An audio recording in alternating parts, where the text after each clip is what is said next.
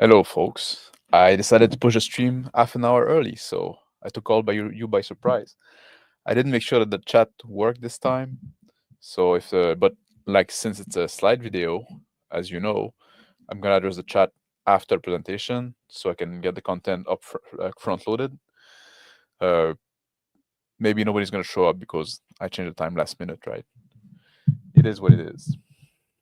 So I wanted to talk. I said in my last stream that I wanted to talk about giving tips to role play somebody that is not yourself. And some people say that it's hard to do, that you're always going to play it to some extent yourself. And obviously, to some extent, if you're playing like a human, right? With you and you are human yourself, then yeah, there's going to be like part of you that are shared with, because like there's some mechanism that are just like shared amongst all human, basically, like more or less, like unless somebody's very broken. So obviously, like something are not gonna be like that different from you than if you play like Alien Race, which I don't talk about in this presentation. I could have included something about that, but I didn't. There you go. So let's start. I mentioned in my last stream that self-insert and fantasy fulfillment were not really roleplay, but they could be gateway roleplay. Because like I said here, like if you're doing a self-insert, you're playing yourself in a different situation, or you're playing an fantasy fulfillment, you're playing an idealized version of yourself. It is still yourself, right?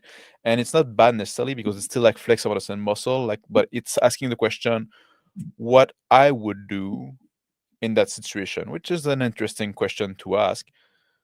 But you could go deeper by going like, what this other person that is not me would do in that situation, right? So, and I think that's a more interesting question. That flex the muscle, like the imaginative muscle, even more so. And if that's what you're doing, right, it's fine. But at some point, like you should try doing something else, like because it's it's a deeper experience. I find one thing oftentimes when people try to make character, they try to rely on backstory, and they gotta have like this big long ass backstory, right? And here, what I'm saying here, like backstory is not character, right?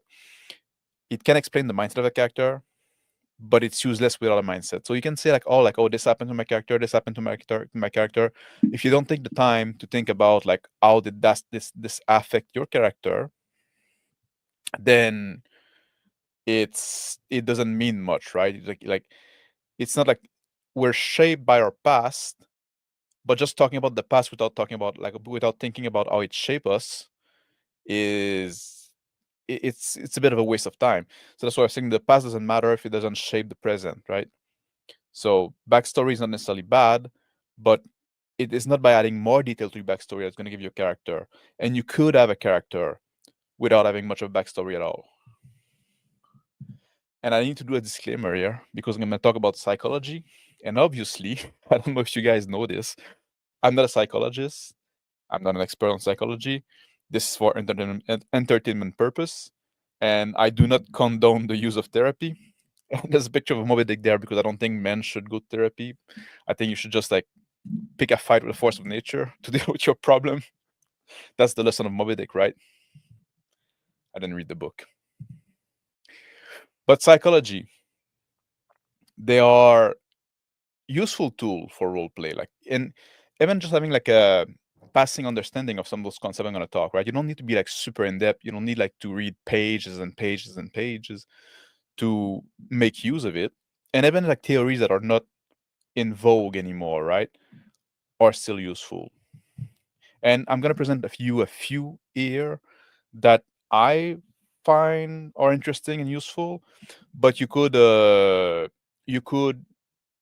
like if there's some that you're familiar with, you can go with your own stuff, right? Just like those are things that I something think about when I'm coming with a new character, and and you and you can go well. I say like I'm gonna look at the chat at the end, but like since there's a super chat, I'm gonna put it there now. Like my ear trumpet has been struck by lightning. Say psychology is a pseudoscience. Yes, but there's still something that can be useful for roleplay purposes, especially like the way it's been twisted nowadays, right?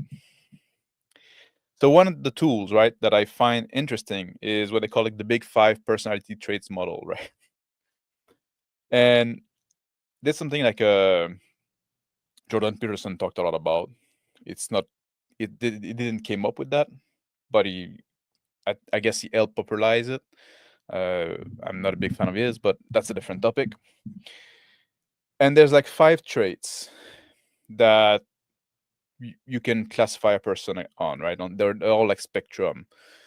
And I wouldn't say like to think of try to classify your character on all of those five traits necessarily, because most people are going to be like in the middle of those traits, right? On average, more or less, right? And sometimes you're going to have like one or two that might be more toward the extreme. And those are the one that are interesting thinking about, right?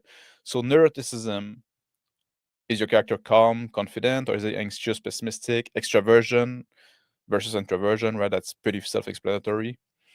Openness. So is the character like is he stuck in his way, or is he like open to new experience and stuff like that? Agreeableness. Is he very uncooperative? That's me. Or is he like trusting and helpful? Conscientiousness. Is he very impulsive, disciplined? So you get the picture. I think like when you make a character and you can think like, okay, who this guy is, you can go like through those five traits, pick one, pick two, maybe three. I wouldn't go more than that, and say, you know what, those are the traits that define him, right? Just put some label to it, and having this framework, right? It's useful because they're like terms you like. It's a model you can apply. That's why it's useful for a character. Somebody in chat was mentioning Freud. There you go. The id, the superego, in the ego, right? This is also something I find interesting to think about when it comes to a character. For people that are not familiar with this thing, right? The id is like your primal instinct. It's like your thirst for violence and for sex and for like your hunger, and like you're just like it's the very animalistic part of the human being, like the deep brain, like that shot like all those pulsion for you to act on your immediate need without any consideration, right? And the superego filter those pulsion with social norm, your education, your bringing, and stuff like that, what you're expected to do. And then the result of that, what goes through the superego is the ego. So what you depict to the world, right? Basically. So the ego is what the character would be. It's the result of the id minus what has been filtered out by the superego. But the thing is interesting to think of a character is like, what is this relationship? Does he have a strong superego? Does he have a strong id? Is it like a creature, like a desire? Like is he like this passionate guy that have all this pulsion and stuff like that, and barely any like restrict any of them? Like is he an id monster, or is he somebody that's super tight, right? And just like trying to always like appear like as perfect, like repressing everything and repressing all those pulsion, like being like having all this repressed rage, like but like depicting like a or maybe somebody and some people don't have like a id that is super active, so they just like they don't need a super strong super ego, because so that's also something interesting. Think like where your character is, like what is driving your character like that. So I think that's one tool you can use. Vices over virtue. That's also something like people often don't want to talk about, like the quality of their character, and now their character is virtuous because we want to play heroes and stuff like that. But people are driven by their vice and their insecurities, right? It's like I said, it's much more influential to who you are than your moral principle. Even if you try to be virtuous, oftentimes, like even that, like I try to be like a virtuous guy. I try to be, I try to be disciplined and stuff like that, all kind of virtue. But a lot of it is driven by my pride. I'm a very prideful guy. So in a sense, like all these things, because like I have this image of who I want to be and who I want to be seen as. So it kind of pushed me in acting in a rightful way, but it's still like I'm under no illusion. I don't know, like there's noise. Like I forgot the washing machine was going. I hope you're not hearing it. And virtue, that's the thing. Like virtue are aspirational. They are what people want to be, and vice and insecurity, those goes deep because they are what people cannot help to be. So this is why it's much more interesting to think about those things, right? And people don't want to admit that. People don't want to be. Most people don't want to be like vicious and like insecure and stuff like that. So they try to hide that and try to justify that, and they will cope about that. They will try to hide their vice and their insecurity under virtues, right? But it's interesting to have like to think about this contrast when you're making a character. And yeah, don't just think about like, he's super courageous and stuff like that. No, think about like, is he super courageous? Why is he? Is he afraid of being like? Has he been, like I can work. I'm gonna tell you about something about about myself. I work like a madman, right? I always plow my driveway by hand. I don't like machine. I do stuff the hard way. I train a lot and stuff like that. I I'm a very active guy, and that almost come like I'm pretty sure it probably comes from, for some reason, my mother always calling me lazy when I was young. Always said that I was so lazy, and I wasn't. But it stuck with me, and I have like this fear of laziness. So I never take the easy way out.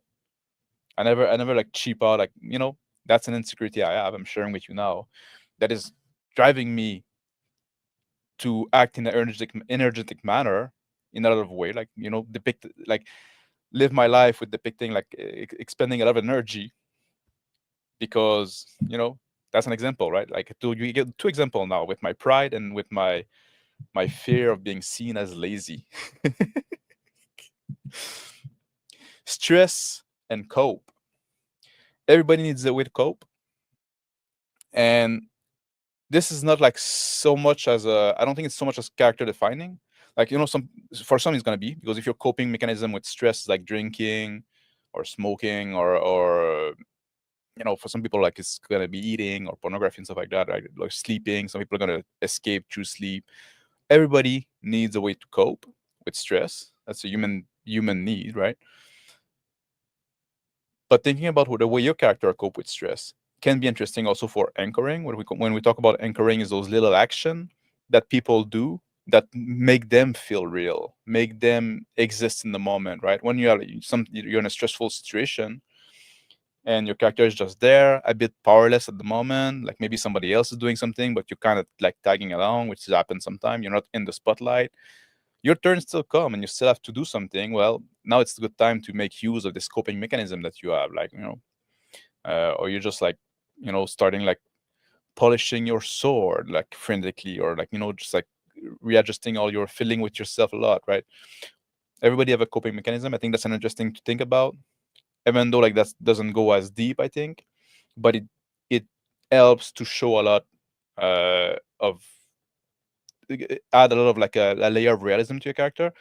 And also you can use that to express that your character is stressed when it's established, right? You don't say it outright, right? But once you establish this mechanism, this coping mechanism, as I think your character does, then you can use it like when there's something that is, I'll be stressed. So you can like lean on that a bit. And also I say under stress, the true self is revealed. That's also something to think about, right?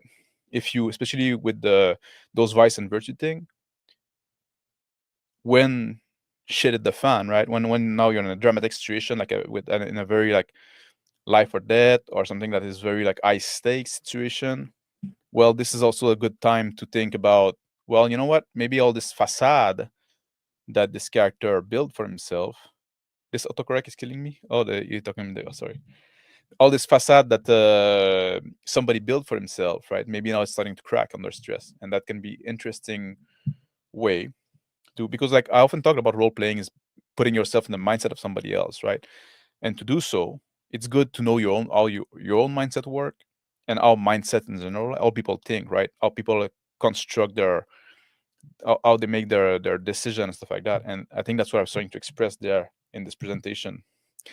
And I hope that's gonna be 15, 20. Okay, not too bad. I aim for those slideshow to be around 15 minutes. I hope this was helpful for some people out there and interesting. And let me know in the comments and like and subscribe. Now the presentation with the slide is over, but I'm gonna go and reply at the people in chat that showed live. So if you come live, you can also get your thing reply. So thank you for people also that watch live. To do those squash, say hello, and comments working this time. Yeah, I tried to make sure of it. It's probably a mistake on my part. Elf Hunter is here as well. I'm in your walls. Squirrel Hermit, hello. And Jacobite Wiseman, John Tate, people just saying hey. Okay, Jacobite Wiseman, here's a question for people who want magic for everyone. Do you want a medieval fantasy or Dragon Ball Z medieval guard? Well, yeah, that's not on the topic tonight, but like magic, if you give magic to everyone, it's gonna change the world dramatically, and you should account for it. Garb, I mean, oh, in Dragon Ball Z medieval garb, yeah. The Lum stream is member only, so here I am. Yeah, exactly, like that's why like I try not to stream at the same time as the Lum stream. You know, sometimes you get to stream when you can, but if I can avoid it, I try to, out of respect. Freud was a charlatan. Yeah. Instead of alignment, you should use medieval humor, sanguine, phlegmatic, melancholic, or choleric. Our friend Nicolas Carmago has developed a game called Erita that is based around those mechanics. So it might be something you want to look into. But those already, like sanguine, phlegmatic, melancholic, or choleric, already those tell you more about a character than alignment. Especially since alignment, nobody can agree upon what they mean. I'd have to relearn what those uncommon words mean. I hope I explained them. I tried to explain the. I don't know which one you were talking about there, but I like to put a barrier up to people playing. Well, it should be like there should be we should expect a certain level, right? Vice is easier than virtue. It's unfortunate. Yeah, that's why it's obviously vice is because vice is pleasant, right? It's like vice are the things that are good in the moment but bad in the long run, or bad for different reason. And obviously they're much more appealing than virtue, because virtue is about sacrifice, about like not doing right, like doing what's right when it's difficult and stuff like that. If virtue was easy, the world would be a much different place. Love me some copium. Yeah, everybody needs some. A monk or paladin would be more virtuous by class design alone. But even then, right, like even if like even a character that's more virtuous, they are still gonna have vice, they're still gonna have flaws, right? Even saints, right? I'm Catholic, and we have the saints that are great virtuous men. Even then, add insecurity and add flaws and stuff like that. And even then, sin, right? So it's interesting. Like you can have this character that's virtuous, but think about like what led him to be like so strict, like leading, like wanted to be like so virtuous like that, right? So strong. Your virtue is undeniable as your willingness to share your mind. Well, thank you. I appreciate that.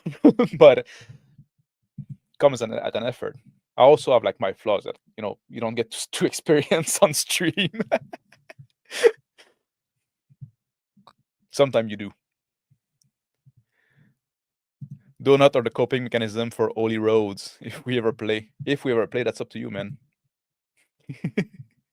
Thanks for the stream. Thank you for showing up.